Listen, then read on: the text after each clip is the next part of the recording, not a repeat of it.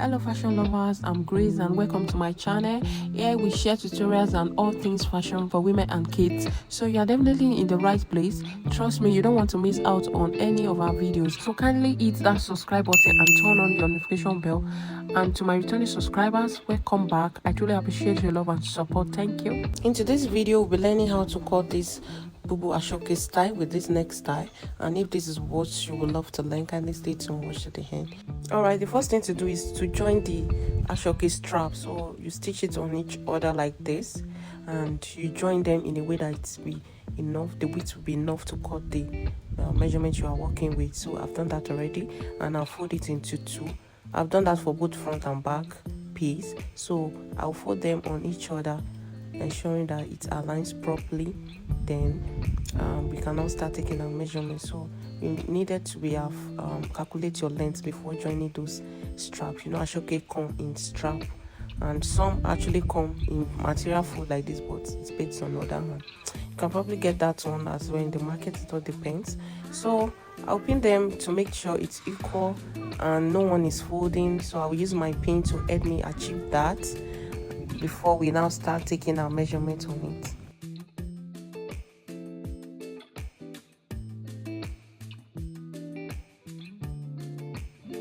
Okay, first thing is to mark our neck width, which I'll be working with 3.5. So I'll mark that. Then from there, the neck width for the neck depth for the front 10 inches, and I added 0.5 allowance to it. So I'm marking 10.5 for the neck depth for the front. Okay, so to create that neck style at the front, we have to come and mark that 3.5 width that we measured, just to create a very good shape for it. That's why I'm doing that, so just watch closely what I'm doing. Then I will create a box. Before we now go in by 1 inch, then we slant it V from that 1 inch that I will go in by. Alright, I don't know if you understand me. So after creating this box, I will go in by 1 inch, mark it, then create a V line connecting that 1 inch that we went in by to the width. Can you see how I'm placing my ruler? So just connect it straight like that.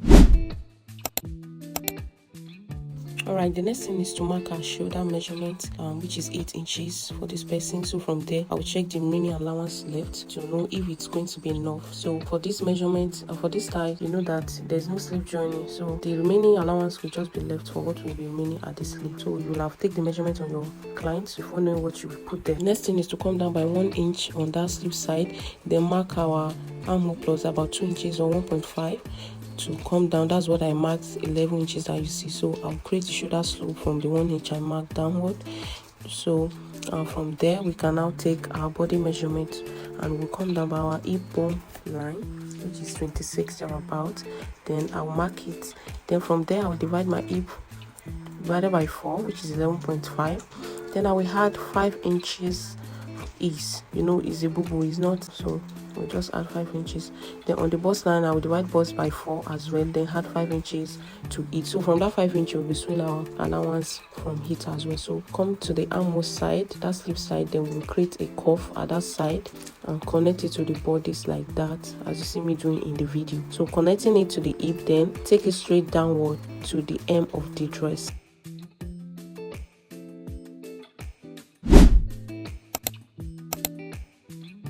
Also, don't forget that we have fold the front and back together.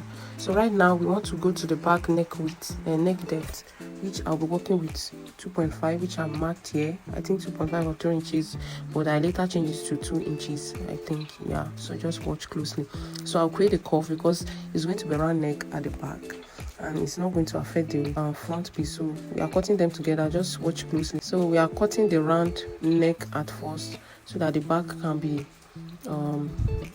separate. So I change it to 2 inches here, and I will mark it, create the cuff again, then cut the neck, then the shoulder to the bodies as well. Okay, so while cutting the front neck width and the front neckline, I mean, be sure that you are not cutting it with the back one, so that you won't spoil the whole style. Another thing is, if you notice that your Asooke is the one that will be free, so when you are sure it will free, just put your scissors in the fire like a gas cooker and make it hot, then cut. That way it stop it from fraying. Okay, so next thing is to take the full length of the dress, which is what I just did now, and I will just mark it so that I can cut the hem as well. And if your Asooke is not long enough to reach the length you want, you can just make it make your ashoke, instead of making it in one length, just bend the length so that you can join it just like as they do here in this picture. Okay, the next thing is to join the shoulder together. So you open it up. I'm marking chalk to know the right from the wrong, and I will just make the right face right so that I can join the shoulder. So you join the shoulder like this.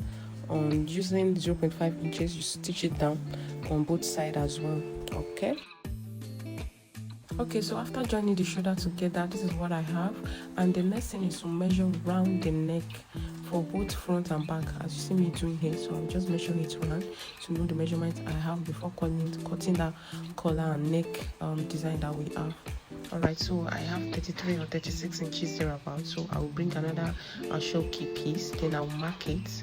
I think it was 33, and I added 4 inches or 3 inches extra allowance just to have an excess. So I added an extra 1 inch again just to be sure that it's going to be enough. And the width for the neck design that we are doing is 2 inches, so I added 0.5.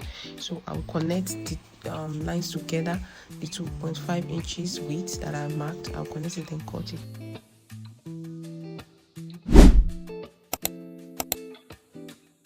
Okay, so after cutting it, this is what it looks like. We can now bring our clothes, then open it up and bring the end points of one of the strap and place it at the front. So we are spinning it down from the front first. Yes, that's where we want them to overlap, and we stitch them down from there. So just bring the strap mount to the front piece. So you make sure that you put 0.5 down. You put it down here just as I do here. Pin it around. So you start stitching it down from that 0.5 that you placed it. Can you see where I placed it? So that's where we start stitching it across to the back, making sure that this is how you place it, and making sure you place it this exact way that I'm placing it.